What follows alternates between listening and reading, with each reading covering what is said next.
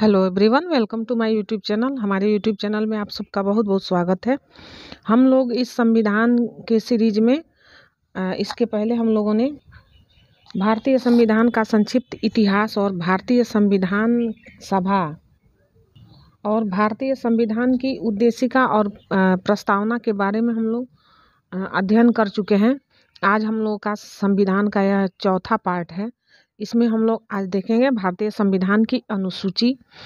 भारतीय संविधान में कितनी अनुसूचियां हैं और उनमें क्या क्या निहित है, तो इसको हम लोग देखते हैं। हमारे चैनल को लाइक सब्सक्राइब करिए, कमेंट करिए। फिर हम लोग बढ़ते हैं आगे। भारतीय संविधान की अनुसूची, प्रथम अनुसूची जो है, इसमें भारतीय संघ के घटक राज्यों यानी 29 राज्य एवं संघ शासित राज्य जो है 7, इन क्षेत्रों का उल्लेख है। यानी कि जो प्रथम अनुसूची है उसमें भारत के जो राज्य थे उस समय के 29 राज्य और 7 संघ शासित राज्य थे, इनकी उसमें उल्लेख किया गया, इनके बारे में बताया गया है। अब यहाँ नोट है कि संविधान के 69वें संशोधन के द्वारा दिल्ली को राष्ट्रीय राजधानी क्षेत्र का दर्जा दे दिया गया। यानी कि जब भी प्रश्न में आता है कि दिल्ली को राष्ट्रीय राजधानी क्षेत्र का दर्जा कब मिला, तो यह संविधान के 69वें संशोधन के द्वारा मिला था।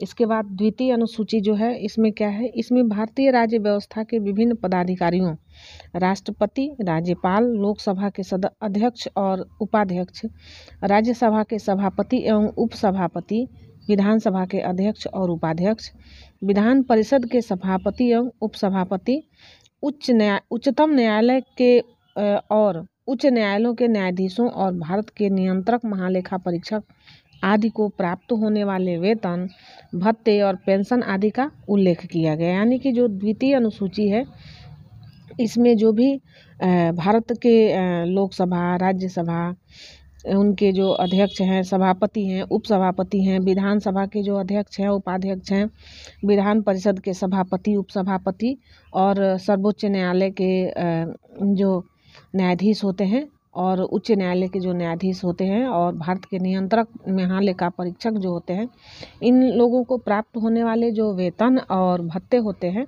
और पेंशन दिए जाते हैं, इसका उल्लेख द्वितीय अनुसूची में किया गया है।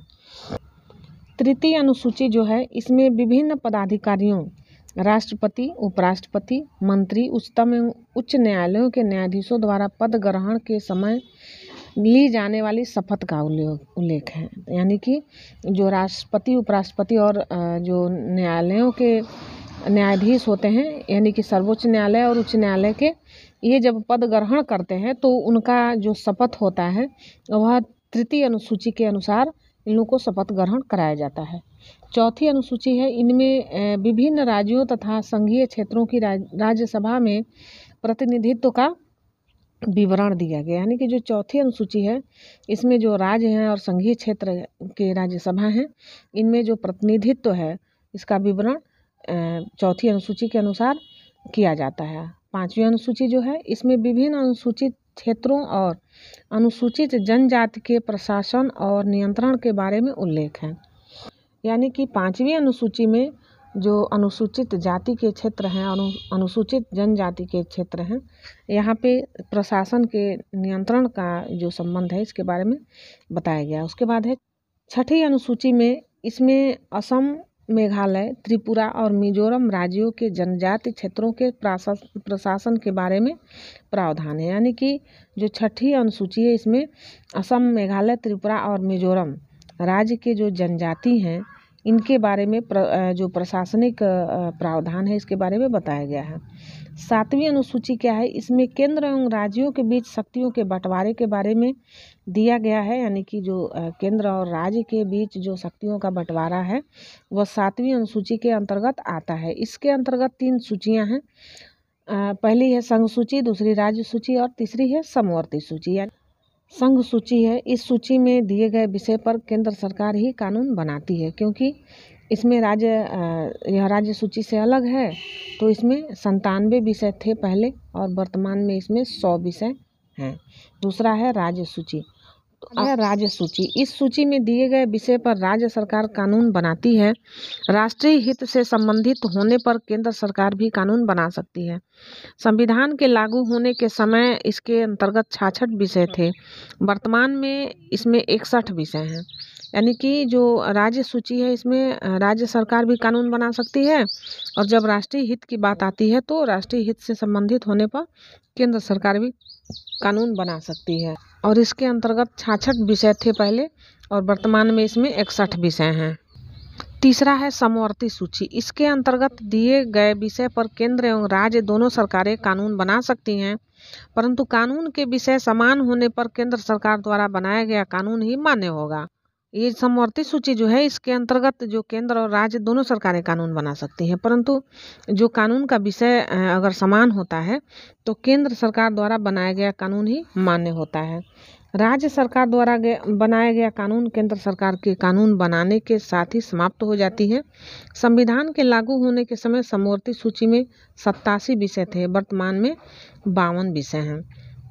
यहाँ पे नोट है, ये समवर्ती सूची का जो प्रावधान है जम्मू कश्मीर राज्य से संबंध नहीं है इसका, यानी कि जो समवर्ती सूची है इसका जो समवर्ती सूची का प्रावधान है वह जम्मू कश्मीर राज्य से संबंधित नहीं है।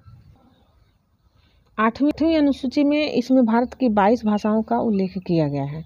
मूल रूप से 8वीं अनुसूची में 14 भाषाएं थी, जो संविधान संशोधन के द्वारा विभिन्न तारीखों में संविधान का संशोधन हुआ, जिसके तहत कुछ भाषाओं को 8वीं अनुसूची में जोड़ा गया।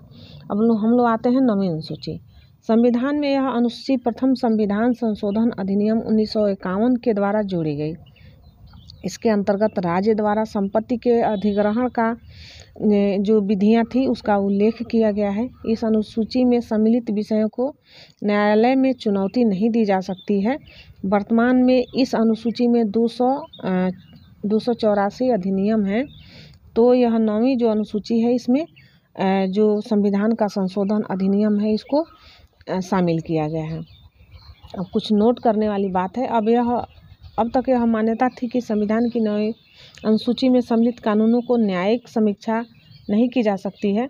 11 जनवरी 2007 के संविधान पीठ के एक निर्णय द्वारा यह स्थापित किया गया है कि 9वीं अनुसूची है इसमें सम्मिलित किसी भी कानून को उस आधार पर चुनौती दी जा सकती है वह मौलिक अधिकारों का उल्लंघन करता है तथा उच्चतम न्यायालय इन कानूनों की समीक्षा भी कर सकती है। इसके बाद से है 10वीं अनुसूची। 10वीं अनुसूची में क्या है, यह संविधान में 52वें संशोधन 1985 के द्वारा जोड़ी गई है। इसमें दल बदल से संबंधित प्रावधान का उल्लेख है, यानी कि जो 10वीं अनुसूची है दल बदल के प्रावधान को इसमें दिखाया गया है इस 10वीं अनुसूची में। और उसके बाद से 11वीं अनुसूची है। यह अनुसूची संविधान में 73वें संविधान जो संवैधानिक संशोधन है 1993 के द्वारा जोड़ी गई है। इसमें पंचायती राज संस्थाओं को कार्य करने के लिए 29 विषय प्रदान किए गए हैं। यानी कि जो 11वीं अनुसूची है इसमें 73वें संविधान संशोधन के द्वारा यह जोड़ा गया है 1993 में, और इसमें पंचायती राज की जो संस्थाएं हैं उनके कार्य करने के लिए 29 विषय दे दिए गए हैं। उसके बाद है 12वीं अनुसूची। यह अनुसूची संविधान में 74वें संवैधानिक संशोधन 1993 के द्वारा जोड़ी गई है। इसमें शहरी क्षेत्र की स्थानीय जो स्वशासन संस्थाएं हैं इनको कार्य करने के लिए 18 विषय दिए गए हैं। तो इस तरह से ये 12 अनुसूचियां हैं। उसके बाद से हम लोग बढ़ते हैं देशी रियासतों का भारत में विलय। देशी रियासतों का भारत में विलय किस आधार पर हुआ, हम लोग देखते हैं कि रियासतों को भारत में सम्मिलित करने के लिए सरदार वल्लभ भाई पटेल के नेतृत्व में रियासती मंत्रालय बनाया गया। यानी कि रियासती मंत्रालय जो बनाया गया वो सरदार वल्लभ भाई पटेल के नेतृत्व में बनाया गया।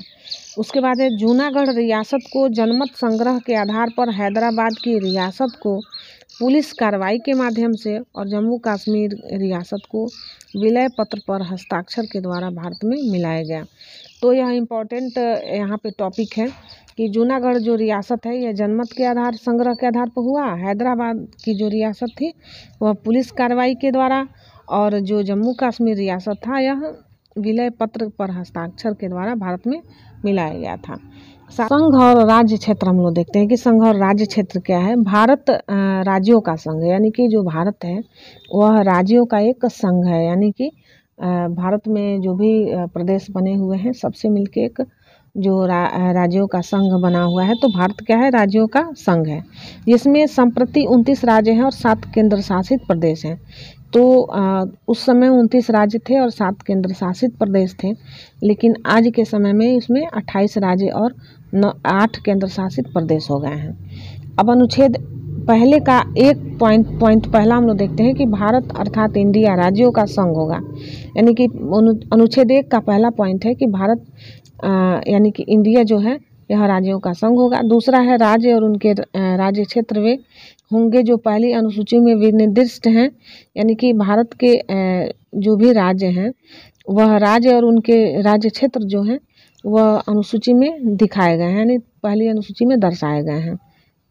तीसरा है भारत को राज्य क्षेत्र में अर्जित किए गए अन्य राज्य क्षेत्र समाविष्ट होंगे, यानी कि भारत के जो राज्य क्षेत्र हैं वे अर्जित किए गए हैं और अन्य राज्य क्षेत्र समाविष्ट हो सकते हैं। दूसरा है अनुच्छेद भारत की संसद को विधि द्वारा ऐसे निबंधनों और शर्तों पर जो वह ठीक समझे संघ में नए राज्य का प्रवेश या उनकी स्थापना की शक्ति प्रदान की गई है, यानी कि अनुच्छेद दूसरे में है कि संसद की विधि द्वारा ऐसे जो निबंधन और शर्तों पर जो वह ठीक समझते हैं संघ के नए राज्य का प्रवेश या उनकी स्थापना की शक्ति को दिया गया है। अनुच्छेद 3 है नए राज्यों का निर्माण और वर्तमान राज्यों के क्षेत्रों, सीमाओं या नामों में परिवर्तन संसद विधि द्वारा कर सकते हैं। राज्यों का पुनर्गठन, भाषा के आधार पर राज्यों का पुनर्गठन उचित है या नहीं, इसकी जांच के लिए संविधान सभा के अध्यक्ष राजेंद्र प्रसाद ने इलाहाबाद उच्च न्यायालय के अवकाश प्राप्त न्यायाधीश SK धर की अध्यक्षता में एक 4 सदस्यीय आयोग की नियुक्ति की। इस आयोग ने भाषा के आधार पर राज्यों के पुनर्गठन का विरोध किया और प्रशासनिक सुधार के आधार पर राज्यों के पुनर्गठन का समर्थन किया।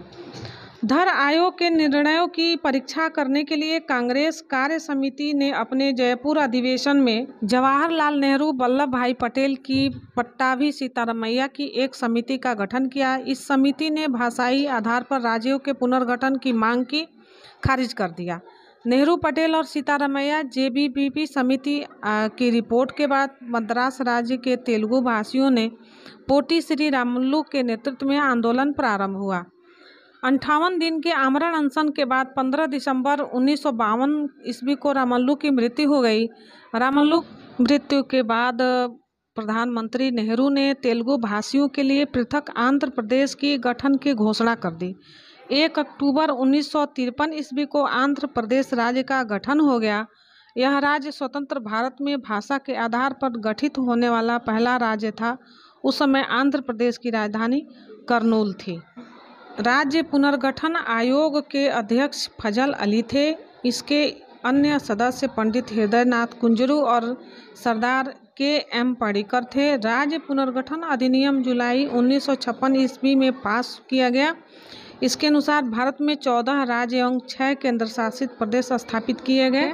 नवंबर 1954 को फ्रांस की सरकार ने अपनी सभी बस्तियां पांडिचेरी, यनाम, चंद्रनगर और केरिकल को भारत को सौंप दिया। 28 मई 1956 को इस संबंध में संधि पर हस्ताक्षर हो गए। इसके बाद इन सभी को मिलाकर पांडिचेरी संघ राज्य क्षेत्र का गठन किया गया। भारत सरकार ने 18 दिसंबर 1961 को गोवा, दमन व दीव की मुक्ति के लिए पुर्तगालियों के विरुद्ध कार्रवाई की और उन पर पूर्ण अधिकार कर लिया। 12वें संविधान संशोधन द्वारा गोवा, दमन व दीव को प्रथम परिशिष्ट में शामिल करके भारत का अभिन्न अंग बना दिया गया।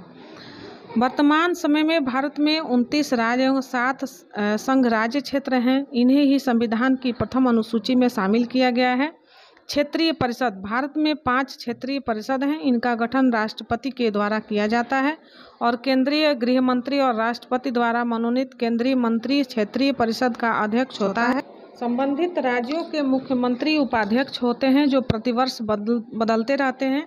भारत के गठन में कुल 5 क्षेत्रीय परिषदों पर सम्मिलित राज्यों के नाम इस प्रकार हैं: पहला है उत्तरीय क्षेत्रीय परिषद पंजाब, हरियाणा, राजस्थान, जम्मू कश्मीर, हिमाचल प्रदेश राज्य तथा चंडीगढ़ एवं दिल्ली संघ राज्य क्षेत्र।